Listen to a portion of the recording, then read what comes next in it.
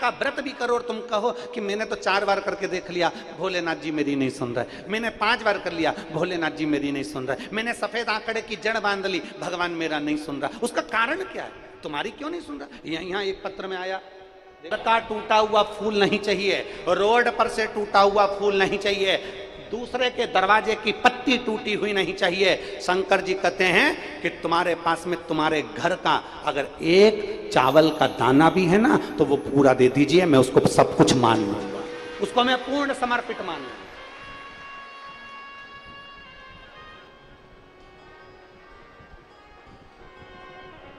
हम उसको पूर्ण समर्पित मानेंगे।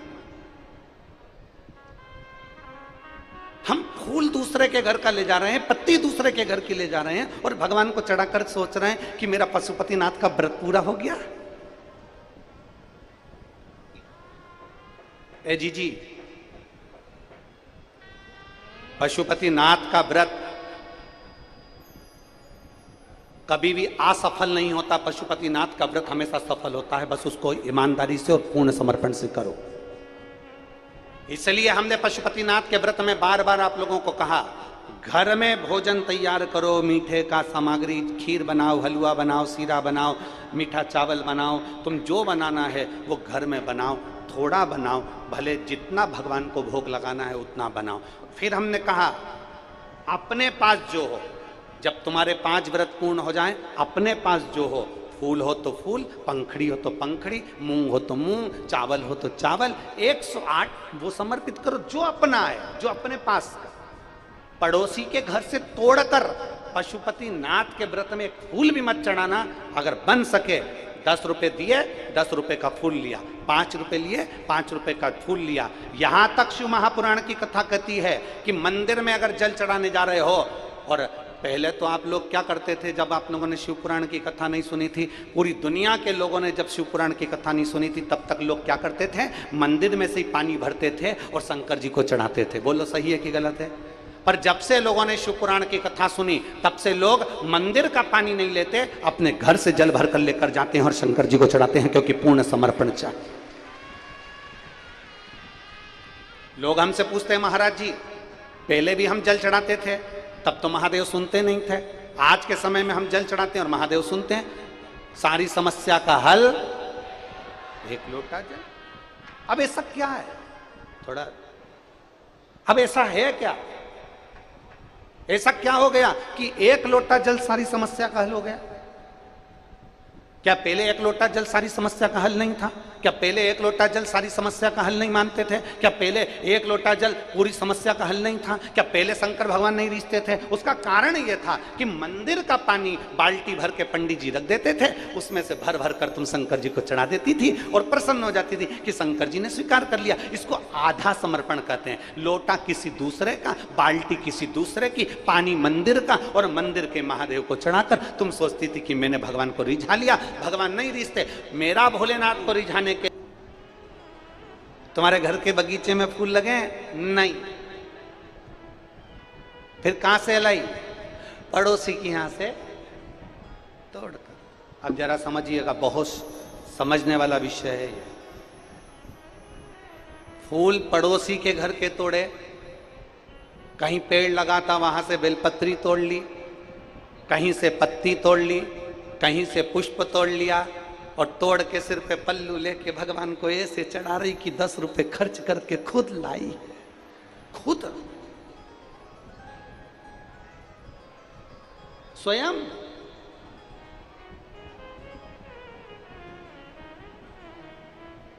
अब बताओ, फूल किसका? बोलते जाओ, जल्दी जल्दी बोलो। पड़ोस। पत्ती किसकी? पड़ोसी की। चढ़ा कौन रहा है? तुम। और सरल भाषा में समझ जाओ, पीपल के पेड़ की पूजन करने गई थी, बट सावित्री की पूजन करने गई थी, आंवले के पेड़ की पूजन करने गई थी, माँ किसी की लगी लगाई थाली मिल गई, कंकुर, होली, मोली, चावल, हल्दी सब रखा था, और इतने में तुझे लगी लगाई थाली मिल गई, और वो बेचारी महिला तो पूजन कर रही थी और उसी की थाली में से फूल लेके सब चढ़ा दिया। अब बताओ ईमानदारी से, सावित्री मैया खुश होगी तेरे से?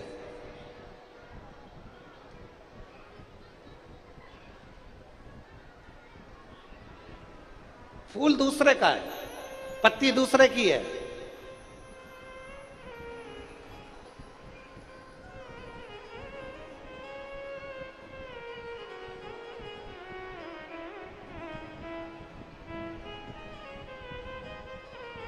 हमारे जो पंडित लोग रहते हैं ना, हम जहाँ ठहरते हैं तो वहाँ हमारे पंडित लोग ब्राह्मण जन जजमान को बता देते हैं कि देखो गुरु जी यहाँ ठहरे हैं, ठाकुर जी की सेवा चलेगी, कल्लू जी की, शालिग्राम जी की सेवा चलेगी, भोलेनाथ जी की सेवा चलेगी। हमारे कक्ष में भगवान के भोग में या हमारी प्रसादी में खाने के लिए कभी भी ना बाजार की मिठाई आती है, ना हम बाजार का कोई सामान अपने घर से।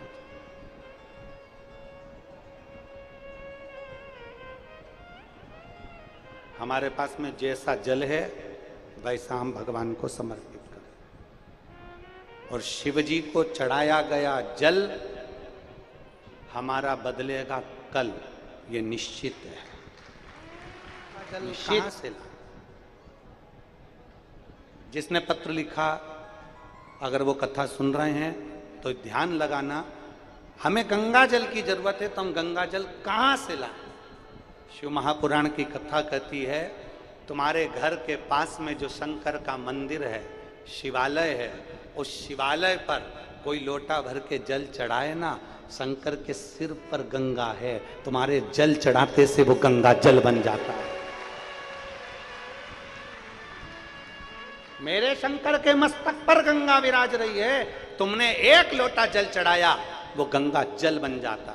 लोग जो शिव महापुराण को नहीं समझते, शंकर की कथा को नहीं समझते, वो अपनी व्यासपीठ पर बैठकर कहते हैं कि शंकर का चढ़ा हुआ जल नहीं पीना चाहिए। शिव महापुराण की कथा कहती है कि वो अगर शंकर का चढ़ा हुआ जल नहीं पी सकते तो फिर गंगा का जल भी नहीं पी सकते, क्योंकि वो भी शंकर पर चढ़ा हुआ है।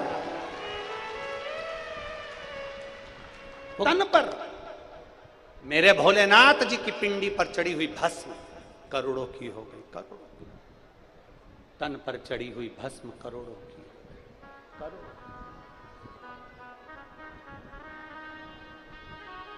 अधूरा समर्पण से भगवान प्रसन्न नहीं होते।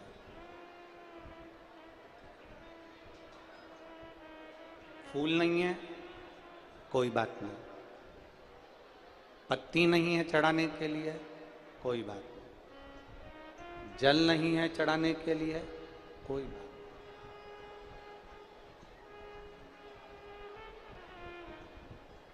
दिल तो है ना, हृदय तो है। जैसे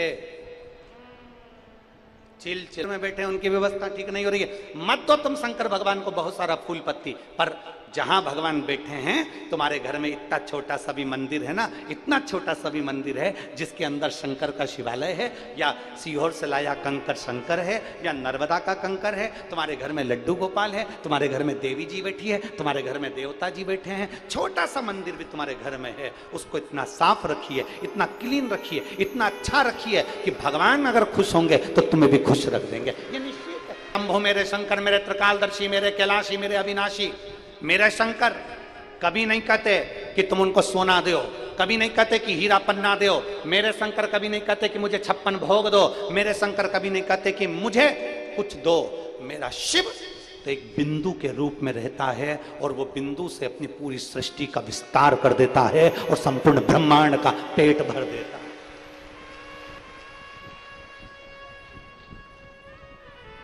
जैसा ज्योति में एक बिंदु होता है तो ज्योतिर्लिंग कहलाता है, जल में एक बिंदु होता है तो नारायण कहलाता है, ऐसा बिंदु मेरा शिव है, मेरा शंकर है, जो एक बिंदु के रूप में विराजमान होकर पूरे ब्रह्मांड का भरण पोषण कर कर भगवान नारायण को प्रकट करना, ब्रह्मा को प्रकट करना, मनु शत्रुपा को प्रकट करना, संपूर्ण ब्रह्मांड की रचना वो शिव एक बिंदु के रूप में कर देता, एक बिंदु।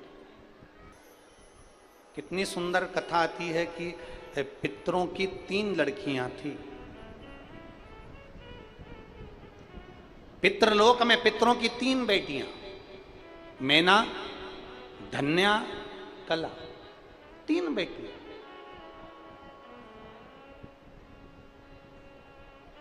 और वो तीनों बड़ी सुंदर हैं, पितृलोक में निवास कर रही हैं। पितृलोक में निवास करते करते करते करते एक बार वो भ्रमण के लिए निकली और सनकादि ऋषियों के पास में से निकल कर जा रही थी। मैना धन्या कला जब सनकादि ऋषियों के करीब में से निकल कर जा रही है तो उनका जो लहंगा है, जो जो वस्त्र पहनी हुई थी, जो लहंगा पहनी हुई थी, वो वस्त्र उस सनकादि ऋषियों के पास में से निकलने पर उनकी जंघा को लग गया और जंघा छिला गई। अब सनत कुमार तो छोटे छोटे से, सनकादि ऋषि तो छोटे छोटे से, अब छोटे छोटे से सनकादि ऋषियों की जंघा जब छिला गई, जंघा में चोट लग गई और चोट लगकर छिला गया। पहले मैना निकल कर गई, फिर धन्या निकल कर गई, फिर कला निकल कर गई, चोट लग गई। क्रोध आ गया सनकादि ऋषियों को,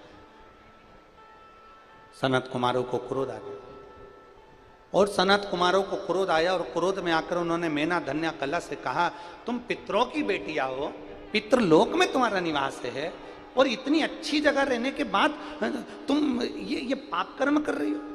किसी संत को तुम्हारे चरण लग रहे हैं, किसी संत को तुम्हारा वस्त्र लग रहा है, किसी संत को तुम्हारे आभूषण लग रहे हैं, ये श्रेष्ठता नहीं है।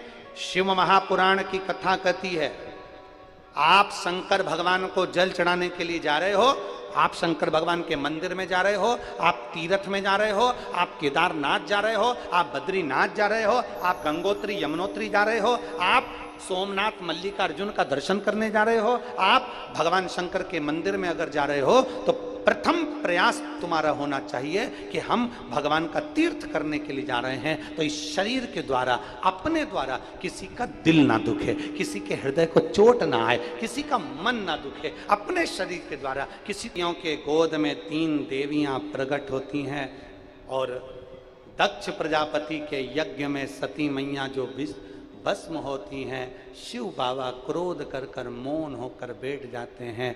समय आता है कामदेव शंकर भगवान की तपस्या को, समाधि को तोड़ते हैं और तीसरा नेत्र खुलता है और शिव जी के नेत्र से कामदेव जलकर भस्म हो जाते हैं। शंकर जी के कितने नेत्र थे?